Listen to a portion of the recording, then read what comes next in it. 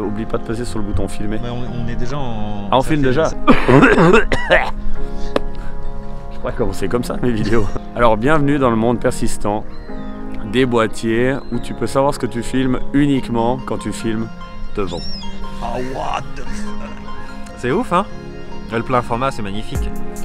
Oh non mais l'image de malade. Oh là là là là. Bon ben avant de commencer déjà je vous laisse apprécier le flou de malade de cette optique Zeiss parce qu'on est dans un espèce de double test hein, aujourd'hui. On teste donc le Sony A7R 4, marque 4 hein, et déjà on est complètement excités comme des fous. Déjà des deux c'est fabuleux pour faire des tests, ce qui fait que la caméra est portée et du coup j'ai absolument pas besoin de contrôler si je suis dans le cadre ou comme ça puisque j'ai un assistant caméra. Merci à Maury d'ailleurs pour cette assistance ultra précieuse. Je vous laisse apprécier le flou qui est derrière moi justement, qui est produit par ce Zeiss de 25 mm, donc pour le coup c'est un vrai 25 mm puisqu'on est sur un boîtier plein format et il a une ouverture de 2, donc appréciez bien le détachement des différents plans. Et puis je profite aussi de remercier les magasins Photovision parce que là ils ont vraiment abusé au niveau de la confiance, ils m'ont largué tout le matériel, j'ai plusieurs objectifs et ce boîtier qui est quand même assez cher. On parlera tout à l'heure des prix parce qu'ils ont une bonne proposition à vous faire si vous avez envie de craquer pour ce boîtier. On a décidé qu'on allait filmer le premier contact. C'est très joli. C'est beau hein, quand même. Bon là c'est un peu le board. Mais le reste est joli. Waouh, le monstre. Quelle légèreté. Hey, mais comme il va bien avec tes mains. T'as vu ça? Ouais. Il est fait pour moi. Il est pas très gros hein. Non, non, non, ouais, comparé à mon Canon, c'est vrai qu'il fait beaucoup plus léger. Puis la prise en main est assez cool, même si c'est assez anguleux au final. Je trouve qu'on est pas mal.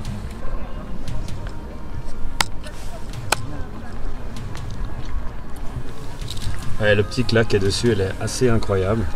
On va parler un peu de ce truc, on va le prendre en main, on va tester, il y aura des images, on va essayer de faire du 100 images par seconde aussi, j'avais envie de tester. Ouais, à fond. C'est très beau, c'est très léger, ça tient bien dans la main. En plus on a choisi une journée incroyable, on a choisi aussi un lieu absolument incroyable. Il est déjà dans pas mal de mes vidéos parce que c'est vraiment un endroit que j'adore. C'est le port de Neuchâtel. Et je l'ai choisi parce qu'il y a beaucoup d'éléments au niveau du recul, donc on aura des arrière-plans assez cool comme la montagne, la ville. Attends, il se passe un truc là. Moi j'essaye déjà. Ah ouais, t'es déjà. J'ai pas pu attendre. Là on profite, je vous montre mon autre matériel. En fait c'est l'appareil photo qui nous sert à nous filmer quand on tient l'autre appareil photo. Et ça nous montre justement pour faire de la photo de produit à quel point c'est violent quand même hein, le détachement du produit. Je trouve que c'est presque trop non. C'est presque trop flou. Ouais. Alors moi j'aime bien à part ça la focale de ce truc parce qu'elle est quand même 25 mm en plein format, c'est quand même bien, enfin pour la distance par rapport au sujet. Maintenant je n'avais pas essayé en vlog, on va essayer tout à l'heure parce que c'est quand même plus près normalement en vlog, ça doit être à peu près comme ça. Je pense que la tronche est un peu trop grande dans le cadre, ouais. Mais enfin bref. Reparlons du prix. Donc le Zeiss, il est 1549, mais elle fait un bon prix à 1098. Puis donc le boîtier, le A7R4, à la place de 4498, on va pouvoir l'avoir à 3698. Ce qui est pas mal, non? Ouais, ça fait une c'est bien, non? C'est bien. Ristourne. C'est vraiment bien. Ah je vais te filmer toi par contre pour qu'on voit bien tes poils. C'est moins impressionnant de se faire shooter aussi par un boîtier beaucoup plus petit que les Canon. Tu prends par exemple même mon 80D, quand je mets la griffe en dessous, ouais. Il est juste gigantesque quoi. Tu rajoutes un gros micro Rode dessus et ouais, il y a peut-être des gens du coup que ça peut un peu impressionner d'être filmé par une grosse caméra. Et là c'est un modèle qui est quand même vachement plus petit et petit mais costaud si on peut dire. Attends, il y a quelqu'un qui parle derrière toi. Hey. Wow, refais voir avec la main. Surtout je veux voir s'il garde tes yeux. Wow, non mais ça c'est vraiment une prouesse d'autofocus. Il est vraiment bloqué sur tes yeux. Je vais juste essayer un truc. Viens vers moi. Ça c'est un bon test que j'adore faire. Normalement c'est l'inverse, c'est moi qui bouge. Wow, mais ça comme garde. c'est flou. Bon, pour le coup, ça c'est un peu flippant. Hein. T'as un objectif qui t'arrive dans la gueule. Et puis l'exposition sur la peau, alors que là, t'as le soleil en pleine tronche. Ouais, un peu, ouais. Si c'est moi qui me déplace, attends, remets-toi là. Ouais. Comme ça, on est exposé correctement. Allez. Oh, waouh.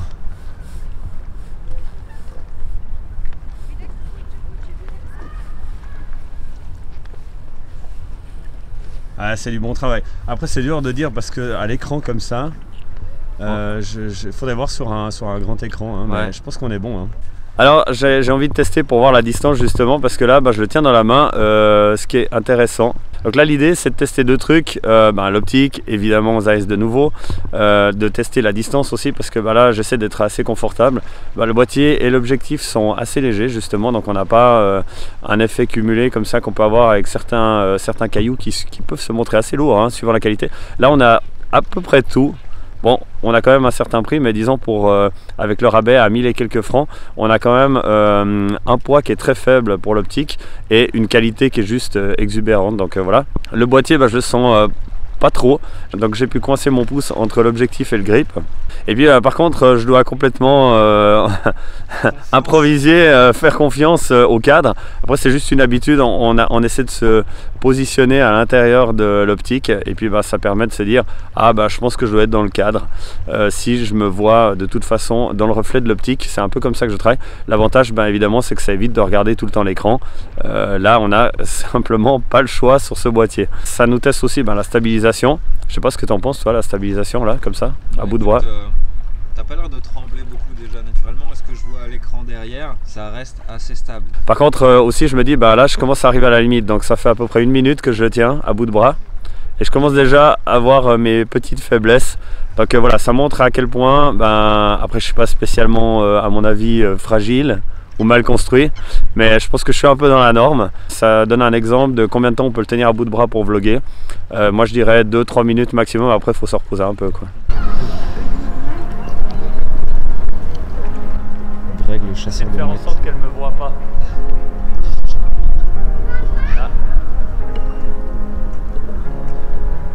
Je crois que c'est mort, on mangera pas de la mouette ce soir. Et reste là, je voulais juste te parler. Et pas mal, t'as l'air assez stable comme ça.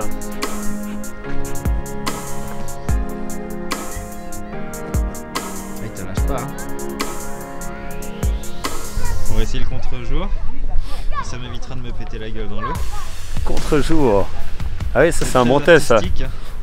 Ça, moi, je le fais pas souvent dans mes vidéos, mais justement c'est aussi parce que j'ai pas d'assistant. On va un peu se crotter les pieds. On prend des risques chez Pythagus. Ah, vous l'attendiez tous avec impatience, on va faire, c'est le moment du focus multiplomb. Je vais tester sur son seigneur. Et puis on a justement des gens qui sont juste là en bas et je vais justement voir la vitesse d'adaptation de l'autofocus. Ouais, là c'est rapide là. Des fois... Ah ouais, sympa. Mais de voir justement que je vois un petit peu les deux.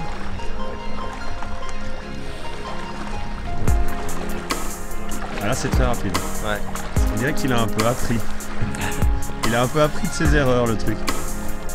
Et parce que des fois on a des problèmes avec les surfaces comme l'eau, surtout sur un plan qui est vachement loin. Comme ça j'ai eu des problèmes avec certains appareils, j'arrivais pas à faire la netteté sur l'eau. Ah ouais? Ouais. On va essayer de l'autre côté. Hop. Hop. Hop. Et ici il voit pas mes yeux. Ça c'est excellent. Alors là on a une optique 16-35. 16-35 f4 constant, donc du super matos. Alors moi j'aime bien quand même du 2.8 mais en plein format, c'est quand même déjà pas mal hein. Ouais. On va voir tout à l'heure, on va pouvoir filmer avec. On a une partie 16 mm qui va permettre justement de mieux vlogger je pense que pour l'autre. Et puis on aura un flou qui sera un petit peu moins exagératoire qu'on avait, mais je pense que ça va rester quand même tout à fait acceptable.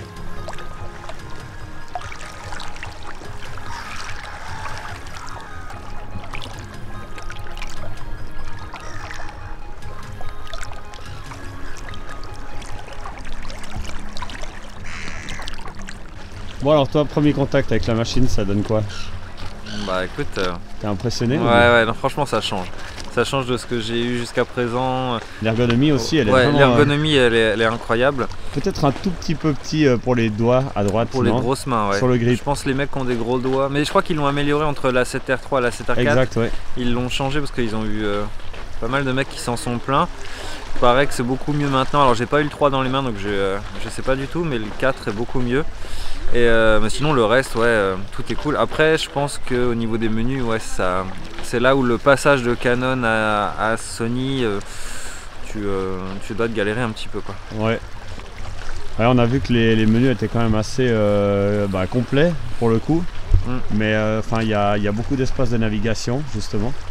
Et il y a beaucoup, c'est une vraie usine à gaz. Ouais, ça c'est vraiment la bonne nouvelle pour les ultra professionnels, mais par contre pour les gens pour le commun des mortels, c'est un peu plus chaud. Tu débutes pas sur un boîtier comme ça, hein, on est d'accord.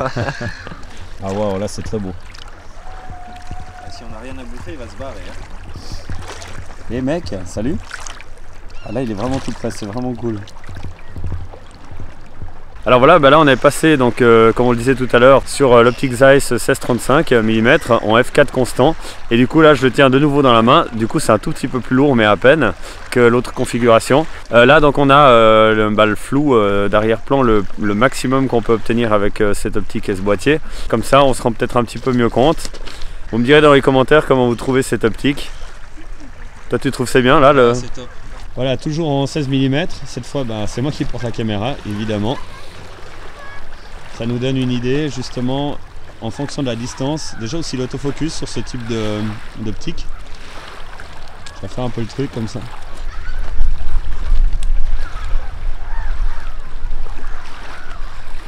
Là c'est pas mal, le détachement avec l'arrière, c'est excellent.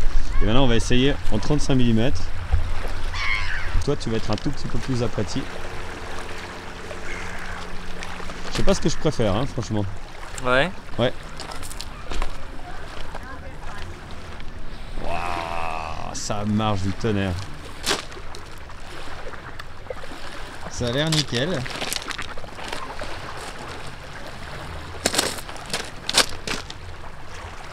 Ah, ça a l'air parfait. Hein. Ouais. Ouais.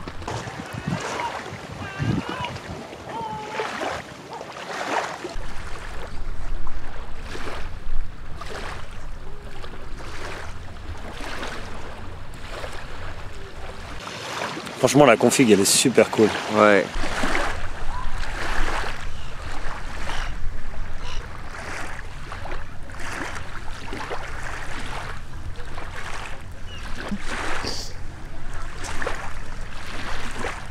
Wow.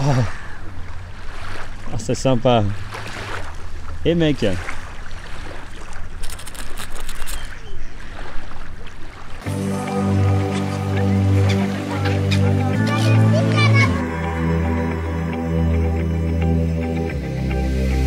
I'm going out with you tonight. Are you close to here?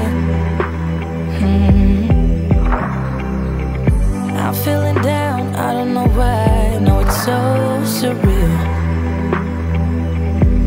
Think I want you here. Oh, oh, oh, oh, oh, oh, oh, oh, oh. I don't ask for much, no, I don't need that much, yeah. Oh, oh, oh, oh, oh, oh, oh, oh, oh. Though I want your touch, baby, you're so high, stay. I don't mind a little crazy, but baby, you're so high, stay. We don't need to go that fast. I need this night to last. So you are like me, wanna be free like a summer night. I'm feeling down, I don't know why. What an alibi. But I'm glad you're here. Oh, oh, oh, oh, oh, oh, oh, oh, oh. I don't ask for much, no, I don't need that much, yeah. Oh, oh, oh, oh, oh, oh, oh, oh, oh. Though I want your touch, baby, you're so high, stay. I don't mind a little crazy, but baby, you're so high, stay. We don't need to go that fast.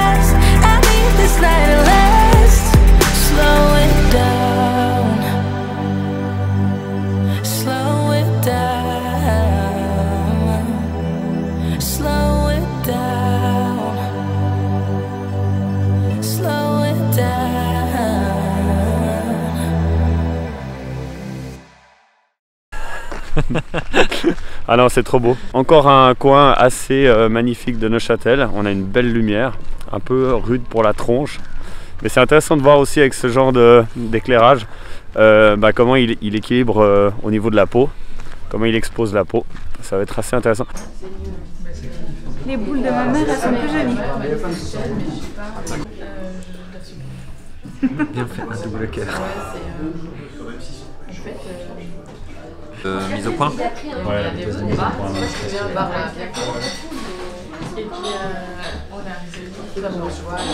On dirait qu'on est en plein jour. Mais la stabilité. Regarde voir un petit peu là. Alors il paraît que je suis dégueulasse quand je parle pas à la caméra, alors maintenant je me permets de parler, comme ça le petit monstre qui est à côté ne pourra pas me critiquer. Ah ouais, Ouais. comme ça, ouais. Ok, voilà. alors je vais parler en crabe. Voilà. Ah ouais. C'est magnifique ou pas comme Non, ça? là, C'est incroyable. ridicule. C'est incroyable. C'est ridicule. Comme ça, on voit que t'es grand parce que je suis toute petite à Mais c'est vrai côté. que Voilà, donc là on est de nuit totalement. On peut dire que c'est totalement la nuit, juste avec une petite ambiance de rue. Petite ambiance de rue, petit panneau publicitaire pour faire l'éclairage, donc je pense que la config est pas mal. Et l'idée, voilà, c'est de voir qu'est-ce que ça donne avec juste un éclairage urbain en plein milieu de la nuit. Enfin, c'est l'après-midi, mais enfin bon, voilà. c'est l'hiver en même temps. 18h. Ouais, non mais laisse tomber quoi.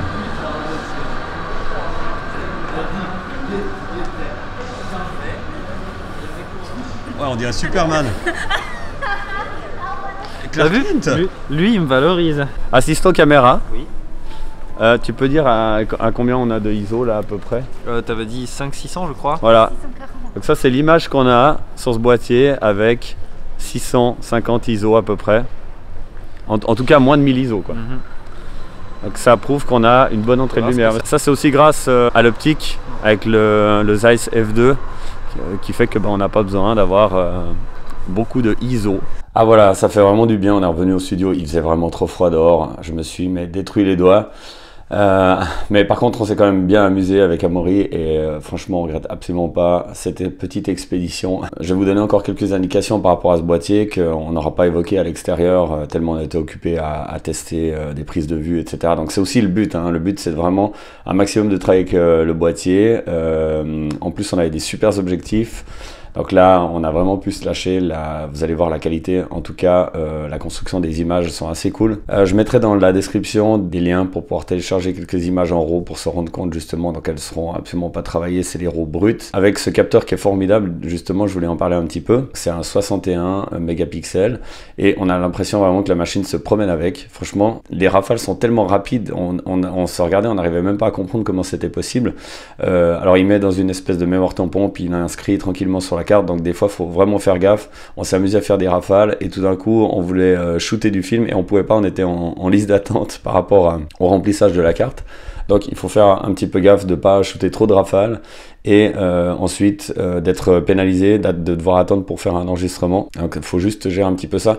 Ou alors il faut avoir une carte diablement rapide. C'est normal, il fait du rafale de RAW en 61 millions de pixels. Franchement, c'est juste la folie. Encore un méga bon point que j'ai pu tester. Il n'y a pas de crop factor entre le Full HD et le 4K. Donc il ne va pas réduire l'espace d'utilisation du capteur, donc le champ de vision quelque part. On va pas se retrouver avec moins d'informations dans l'image quand on passe en 4K comme beaucoup de boîtiers concurrents ont dû faire, puisqu'en fait c'est toujours une histoire de puissance d'après ce que j'ai compris. Les boîtiers arrivent un petit peu aux réserves de puissance quand ils doivent gérer de la 4K et généralement ils utilisent une plus petite portion du capteur. C'est une méthode intelligente, pénalisante, mais beaucoup plus simple à mettre en œuvre que de devoir justement embarquer des processeurs qui sont surpuissants dans les boîtiers. Et malheureusement, il y a beaucoup d'internautes qui se plaignent de ça, qui trouvent que c'est vraiment un énorme handicap. Ça dépend pour quelle utilisation, mais c'est vrai que c'est un peu embêtant quand même de prendre dans l'image pour pouvoir justement assumer du 4K, ce qui est absolument pas le cas ici avec ce boîtier-là. Donc Sony assume totalement le 4K. Alors après, dans les options justement, puisque on est dans ce chapitre, j'ai pris mes petites notes. En 4K, c'est évidemment, moi le format que j'ai préféré utiliser, c'est le XAVC HD en 25p. Voilà, c'est celui que j'exploite le mieux sur un ordinateur. Déjà 50 mégabits par seconde, c'est vraiment bon. C'est au niveau, voire un tout petit peu meilleur que la plupart des boîtiers du marché. Après, 100 mégabits par seconde, c'est un tout petit peu trop violent. Typiquement, avec les Fujifilm, on peut monter à 100 mégabits par seconde pour du Full HD. Je trouve ça un tout petit peu trop. Ça fait freiner après l'ordinateur de montage un tout petit peu trop pour rien. Il n'y a pas une énorme différence. Donc déjà, 50 mégabits par seconde, c'est excellent. En Full HD, on peut monter à 100 images par seconde. Donc faire des slow-mo assez superbes, on en a testé quelques-uns. Je trouve que c'est bien suffisant, c'est déjà pas mal. On aurait peut-être aimé pouvoir jouer, en tout cas en Full HD, puisqu'avec la puissance du processeur, on doit très probablement pouvoir assumer du 200 images par seconde. Je sais pas pourquoi c'est pas disponible là sur le boîtier, mais peut-être que ce sera sur une autre version. En 4K, alors il y a deux tout petits reproches, mais c'est vraiment tout petit. On peut pas aller plus que 25 images par seconde, donc on aurait bien aimé avoir au moins du 50 images par seconde pour faire des demi-ralentis réalistes, hein, justement, et ça, voilà, dommage. Il n'assume pas plus que 25 images par seconde. Par contre, on monte à 100 mégabits par seconde aussi, donc toujours en XAVC de Sony, donc XAVC-S. Et par contre, on n'a pas de vrai 24p, et ça, on comprend pas non plus pour comment c'est possible qu'il n'y ait pas de... S'il y a du 25p, pourquoi il n'y a pas du 24p? Voilà, pour avoir un rendu un tout petit peu plus cinématographique, en tout cas pour correspondre à la norme. Disons, si on utilise la caméra en caméra B sur les tournages, c'est dommage de ne pas avoir le 24p en 4K, mais bon, enfin voilà. Petit détail. Personnellement, j'ai trouvé aussi un tout petit truc, c'est que... et on parlera après justement des automations de ça. Donc le boîtier était utilisé, je dirais, tout le temps en complètement full automatique pour voir un peu les capacités d'intelligence, les évolutions et tout. On a justement une toute petite tendance à la surexposition sur la peau, sur les visages. Donc là par exemple, pour recorder cette vidéo, je suis à pratiquement -2 sur l'exposition. Donc je contrôle mon exposition et je la descends à peu près d'une valeur de 2 unités sur le boîtier. Je trouve que là l'exposition est bien meilleure. Donc à 0, attention, il a tendance à un tout petit peu à surexer les peaux. Voilà. Ça, c'est mon observation personnelle. Au niveau de la mise au point automatique, puisqu'en fait, l'idée, c'est de s'en servir comme une caméra de cinéma, mais enfin, pas une caméra de cinéma, puisque en fait, une caméra de cinéma, on est tout en manuel, on a des mecs qui s'occupent de la mise au point, etc. Mais vraiment, de pouvoir l'utiliser, de se concentrer sur le cadre, de se concentrer sur l'action, et de jamais se poser de questions par rapport à la mise au point. Et je pense que là, on a vraiment un boîtier qui a réussi le pari. Vous aurez vu dans les images, c'est juste complètement diabolique. La capacité de cette machine à faire la mise au point, le suivi de l'œil. J'avais fait une interview justement du responsable de Sony pour la Suisse. Vous pourrez retrouver ça sur la chaîne justement. Il y a une interview de cette personne, ils expliquent à quel point ils ont mis énormément d'énergie dans la gestion de la mise au point, dans cette capacité brutale de passer d'un sujet à l'autre, et de rechoper l'œil du principal protagoniste de la vidéo. Ça marche du tonnerre, c'est vraiment précis, ça va tout le temps chercher l'œil, c'est extrêmement violent. On a fait des petits tests justement dans cette vidéo pour se rendre compte de ça. Donc si vous les avez loupés, vous pouvez revenir en arrière de la vidéo et puis apprécier à quel point cette technologie est vraiment au point, je dirais. Je pense que c'est l'aspect le plus spectaculaire de cette machine, mis à part son look, sa qualité. On dirait pas qu'on est sur un boîtier photo, on dirait plutôt qu'on est dans de l'avionique, on dirait un truc fait par la NASA. On a vraiment des bruits, c'est dur de les reproduire, c'est vraiment dur de se faire une idée, faut vraiment l'allumer soi-même et puis se dire waouh, franchement c'est de la mécanique de précision, et pourtant il est quand même lourd, il fait quand même très solide, mais on voit que c'est extrêmement précis, c'est un peu de l'horlogerie, donc voilà, on y va doucement avec les boutons et tout. Je pense qu'à la longue, on y va beaucoup plus rapidement. Voilà, ça c'est un petit peu tous les aspects appréciables de ce boîtier. J'ai vraiment passé un bon moment à jouer avec. J'ai trouvé vraiment spectaculaire les rafales, les mises au point, la qualité d'image. Et la qualité d'image par les optiques, hein, surtout justement ces deux Zeiss, surtout celui-ci avec lequel je filme maintenant, le 25 f2. On a pratiquement l'impression qu'on peut filmer n'importe quoi et on aura une belle image bien construite avec beaucoup de flou derrière. Je pense que là vous l'appréciez pas mal. On a eu beaucoup de plaisir à photographier absolument n'importe quoi, et évidemment on n'a pas beaucoup testé la sensibilité en ISO dans les très basses lumières, puisqu'en fait on n'a pratiquement jamais eu de basse lumière en cas d'utilisation d'un tel objectif. On est tout le temps en cas de haute lumière. C'est malade. Et je pense que le boîtier est annoncé à des centaines de milliers d'ISO. Évidemment on sait qu'ils arrivent à les assumer jusqu'à 6000 ISO. On a toujours des images ultra exploitables. On avait le A7S qui était vraiment une brute du ISO, qui était fait pour filmer la nuit, comme de jour. Mais là, on a vraiment l'impression qu'avec un objectif qui a une bonne ouverture de f2 par exemple comme celui-ci, qu'on n'aura absolument jamais aucun problème de luminosité. Ça devient presque un peu, je sais pas comment dire, mais on a un peu cette sensation qu'aujourd'hui, la machine va tellement prendre les devants dans pratiquement toutes les situations, exceller partout dans tout ce qu'elle fait, que le photographe finalement c'est juste un porteur. Moi j'avais l'impression d'être un porteur, c'est-à-dire que le boîtier va s'amuser tout seul, il sait qu'il va s'amuser dans toutes les disciplines et on a vraiment cette sensation de plus avoir grand chose à faire finalement, juste de regarder un sujet, d'observer, d'attendre et puis de shooter bêtement. On aura de toute façon une photo hallucinante, donc c'est voilà, c'est un peu la sensation que j'ai eue aujourd'hui. On arrive dans cette catégorie d'animal de la photographie qui prend tout en charge et finalement c'est chaque fois excellent et après on se dit mais waouh, mais moi je sers juste à porter l'appareil en fait. Enfin j'exagère un peu mais vous me pardonnerez pour ça j'espère, parce qu'il y a des mecs qui seront pas du tout d'accord. C'est vrai qu'en mode manuel on peut vraiment aller très loin, on a justement un menu qui fait carrément peur, hein. On a tellement d'options dans les menus, on va pouvoir aller régler jusqu'au micro rouage de l'appareil, donc voilà, pour les professionnels de studio photographie, je pense que c'est la machine qu'il faut. Ah oui, extrêmement bon point pour le viewfinder. Bon, moi j'ai trouvé que l'écran justement inclinable, évidemment j'ai toujours ce petit reproche puisqu'en fait on n'a pas le flip screen total, on peut pas en fait contrôler. Maintenant là je contrôle absolument pas ce que je suis en train de filmer. J'ai dû me filmer un petit peu, regarder sur l'écran. Je trouve aussi l'écran peut-être un tout petit peu petit, mais je sais pas, maintenant je commence à avoir un peu une déformation professionnelle avec le fait que sur par exemple les Blackmagic je travaille avec des écrans séparés un petit peu plus grands, donc rien ne m'empêche de les utiliser aussi sur la machine, mais l'idée c'est quand on a déjà un écran, on n'a pas forcément envie de rajouter un écran additionnel. Voilà, du coup moi j'ai un petit peu cette petite déformation qui fait que maintenant je commence à trouver les écrans embarqués qui sont un tout petit peu trop petits. Par contre le viewfinder est juste incroyable, et à tel point que moi je les trouvais tellement pas formidables sur certains boîtiers que je me disais toujours bon voilà, viewfinder c'est vraiment t'es dans le désert, tu vois absolument pas ton écran, tu colles ton œil dans le viewfinder et tu peux faire ta photo. Maintenant, ce truc-là est tellement poussé, tellement qualitatif que ouais, j'aurais tendance à l'utiliser pratiquement plus que l'écran escamotable. Voilà. Est-ce que j'ai beaucoup parlé? Est-ce que j'ai pas beaucoup parlé? Vous me le direz dans les commentaires. On peut pas faire un test de toutes les fonctionnalités, de tout ce que ce boîtier est capable, tout ce qu'il a dans le ventre, tout ça, on pourrait pas passer en vue dans une vidéo. Il faudrait une vidéo de 23 heures avec des spécialistes, des mecs du labo, etc. Ça pourrait être amusant une fois de faire un marathon du décryptage d'un boîtier avec les spécialistes justement de ce boîtier. Franchement, en français, je me ferais bien une vidéo comme ça. Donc, c'est pratiquement une invitation. Si quelqu'un de chez Sony voit cette vidéo, pourquoi pas se faire une fois un petit marathon du décryptage d'un boîtier et on va vraiment tout tester et on va raconter tout ce qui se passe dans la machine. On pourrait faire le test le plus complet du monde. Ça, ce serait un truc assez intéressant à faire. En tout cas, moi, je me sens prêt au niveau des nerfs, du mental. Il n'y a pas de problème. Donc, une petite vidéo de 23 heures pour présenter le prochain boîtier Sony. Ah oui, j'ai failli oublier un point essentiel. La stabilisation du capteur est juste violente. La totalité des images est filmée à main levée.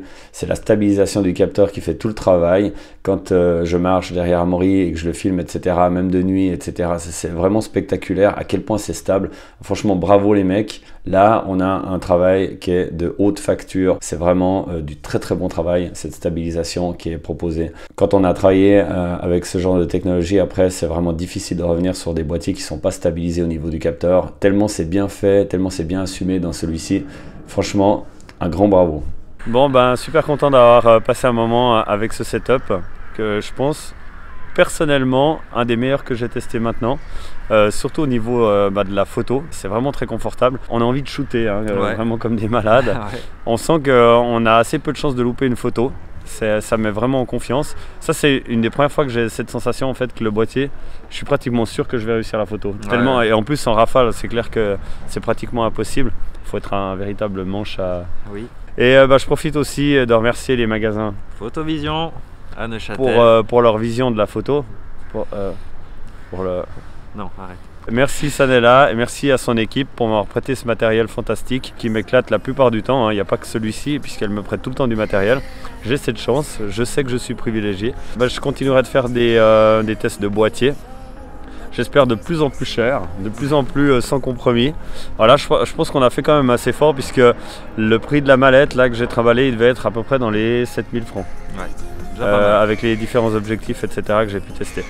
Voilà, bah, si vous avez aimé la vidéo, bah, merci de la partager, merci de mettre aussi un petit pouce bleu, vous n'êtes pas obligé, mais c'est quand même mieux si vous faites. Et puis bah, si vous êtes nouveau sur la chaîne, vous pouvez vous abonner afin de ne pas louper toutes les nouveautés, blablabla. À très bientôt. Ciao. Ah, merci à Maury De rien, avec pour plaisir. ton assistance. Sans toi, j'aurais fait vraiment une vidéo bof quoi. Mais non, elle aurait été magnifique.